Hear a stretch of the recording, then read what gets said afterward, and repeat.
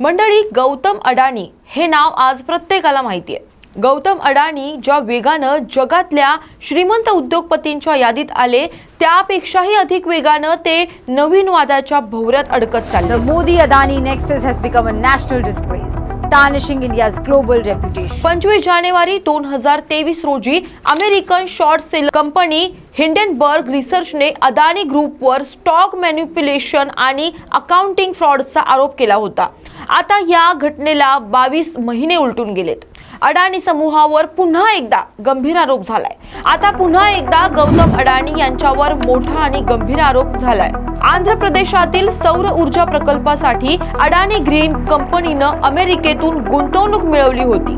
मात्र या प्रकल्पासाठी आंध्र प्रदेश प्रशासनातील अधिकाऱ्यांना लाच दिल्याची माहिती या कंपनीने अमेरिकी बँका तसेच गुंतवणूकदारांपासून लपवून ठेवल्याचा आरोप त्यांच्यावर लावण्यात आलाय।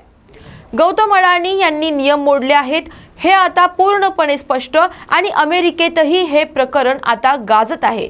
देशात मुख्यमंत्र्यांना अटक केली जाते, पण अडाणींना त्यांनी 2000 कोटी रुपयांचा घोटाळा केला। मात्र ते या देशात मोकळे फिरत आहेत आणि पंतप्रधान त्यांना संरक्षण देत असल्याचा आरोप अनेक वर्षांपासून गौतम अडाणी व त्यांच्या कंपनींवर टीका करणारे कांग्रेस खासदार को हम एक्सपोज करके देश को दिखाएंगे कौन लोग हैं जिन्होंने हिंदुस्तान को हाईजैक किया है।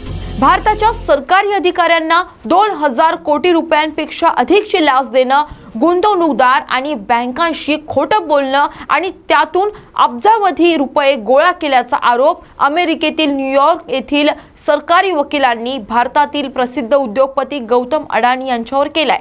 अमेरिकेच्या कोर्टात गौतम अडाणी यांच्या विरोधात खटला दाखल झाला असून त्यांच्या विरोधात अटक वॉरंटही जारी करण्यात आले। Only that, arrest warrants have also been issued against Modi's closest ally. त्यामुळे आता गौतम अडाणी यांना अटक होण्याची शक्यता वर्तवली जाते। गौतम अडाणी यांच्या व्यतिरिक्त या प्रकरणात नेमका कोणाकोणाचा समावेश आहे हे आपण जाणून घेऊयात।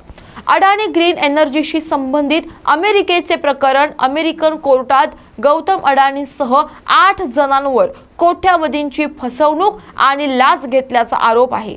हे संपूर्ण प्रकरण अडानी ग्रुपची कंपनी अडानी ग्रीन एनर्जी लिमिटेड आणि अन्य एका फर्मशी संबंधित आहे। हा खटला 24 ऑक्टोबर 2024 रोजी अमेरिकन कोर्टात नोंदवण्यात आला होता। त्यावर बुधवारी म्हणजेच 19 नोव्हेंबर रोजी सुनावणी झाली। अदानी व्यतिरिक्त सागर अडाणी, विनीत एस जैन, रंजित गुप्ता, सिरिल कॅबिनिस, सौरभ अग्रवाल, दीपक मल्होत्रा आणि रुपेश अग्रवाल यांचा समावेश असलेल्या इतर 7 लोकांचा यात समावेश आहे। या सर्व आरोपांवर अडाणी समूहानं आपली प्रतिक्रिया आता दिली आहे।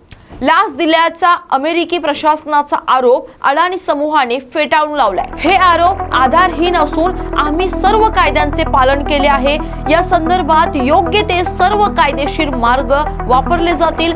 अमेरिकी न्यायालयानं केवळ आरोप केले असून सर्व संशयित दोषी सिद्ध होईपर्यंत निर्दोष मानले जातात असं अमेरिकी न्याय खात्यानेही म्हटलंय, असं या समूहाने प्रसिद्ध केलेल्या निवेदनात म्हटलंय।